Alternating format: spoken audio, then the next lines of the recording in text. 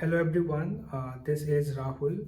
So you must have seen many video in YouTube like how to hide your following count in Instagram or a follower list in your Instagram.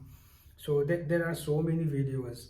So even if you see my screen here, if when I'm searching the following list or follower list, I am unable to see. So many people have shared this in screenshot and they are saying like we can hide the following or hide the follower counts, but this is not true. There is no any user level settings or any settings in your Instagram profile, not in any countries or any region that you can do this. If you will notice such account, you will find that uh, here you can see the few sample account. I will play it in my side.